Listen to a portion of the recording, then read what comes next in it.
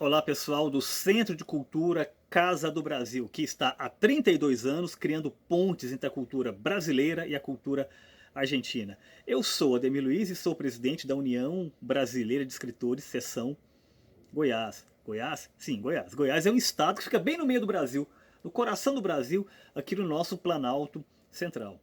Hoje eu gostaria de falar com vocês um pouquinho sobre a Semana de Arte Moderna de 1922, que é um evento aqui no Brasil muito importante, que está comemorando agora, nesse ano de 2022, 100 anos. E por que ele é tão importante? Pelo seguinte, porque o modernismo, os elementos do modernismo, têm muita influência em vários aspectos da cultura brasileira. Querem um exemplo? O local em que eu estou agora, que é Goiânia, capital do estado de Goiás. É uma cidade nova, criada ali nos anos 30, 40, e que toda a sua arquitetura inicial ela é de inspiração modernista, é no estilo Art Deco. Isso é apenas um exemplo. Tá? Agora, temos que comemorar sim, mas também temos que pensar, refletir e criticar. O que significa esse modernismo à brasileira? Né? O que tem de peculiar esse modernismo à brasileira? Eu diria o seguinte, temos que voltar nas origens inicialmente.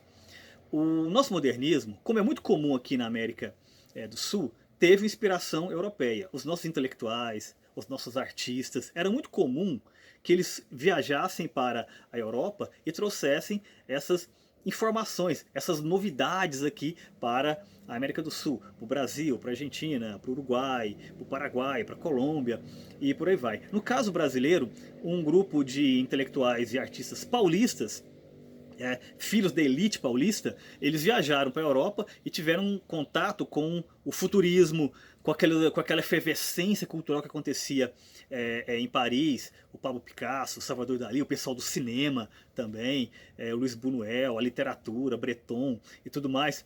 Então, o que nós podemos retirar disso?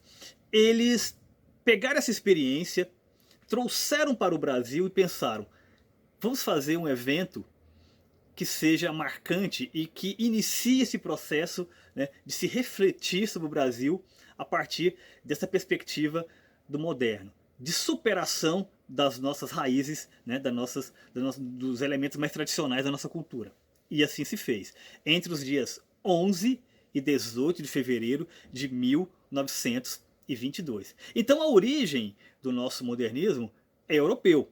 Agora, pura e simplesmente, não. Um dos modernistas brasileiros mais importantes é chamado de Oswald de Andrade. Isso mesmo. E ele escreveu obras bem importantes, como por exemplo uma peça chamada Rei da Vela, e escreveu também o chamado Manifesto Antropofágico, que é o texto que é definidor do que seria esse modernismo brasileiro. E o que ele propõe?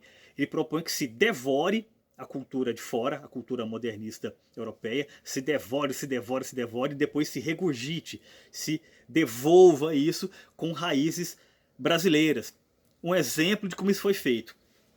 Este romance aqui, do Mário de Andrade, que não é parente, né, do Oswald, né, apesar do sobrenome, chamado Macunaíma. Isso aqui é um livro, um romance, de um autor que ele era muito culto, é um grande erudito, é um grande folclorista, um grande pesquisador da cultura popular, um poeta muito interessante também. E ele escreveu este livro aqui para pensar a cultura brasileira a partir da sua diversidade. Só para vocês terem uma ideia. O protagonista, ele nasce como índio e se transforma ao longo da narrativa num homem branco, num caucasiano. Isso é uma forma de refletir sobre essa diversidade étnica que se tem no Brasil. E o livro se passa ao mesmo tempo no Brasil profundo, no Brasil das matas, no Brasil do sertão e também na metrópole. Então Macunaíma seria um excelente exemplo, uma excelente porta de entrada para se pensar esse modernismo brasileiro. Outro exemplo, podemos falar também da música de Heitor Villa-Lobos, que é o outro participante dessa semana de 22, que fazia uma música erudita extraordinária, é um dos grandes gênios da música de todos os tempos, né? E vários dos seus temas dialogam ali com a cultura popular, dialogam com o choro, com a música popular. Então ele trazia essas duas vertentes numa releitura, né, a partir dessas perspectivas próprias da música erudita.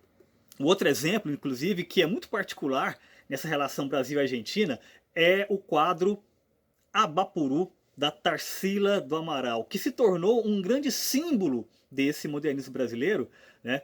E hoje se encontra exatamente na Argentina, por conta, né, de um leilão, né? Ou seja, mais um elemento aí, de alguma maneira, nos unindo.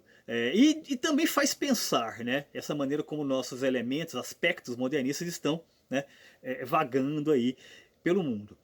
Então, por conta disso, né, dessa importância, né, desse movimento todo, nós estamos esse ano pensando, refletindo sobre o que foi esse momento da cultura brasileira. E vai acontecer vários eventos, várias discussões tal sobre isso, inclusive aqui em Goiânia. Eu estou até coordenando um desses eventos, que se chama Semana de 22, 100 anos depois. Inquietações modernistas. Porque temos que estar o tempo todo inquietos, porque sem inquietação não há avanço cultural. Então é isso, né? Espero que tenhamos feito um bom diálogo, né? Espero que vocês possam ter conhecido um pouquinho mais sobre a cultura brasileira, sobre o nosso modernismo, e espero vê-los em breve. Gíria Brasileira, tamo junto!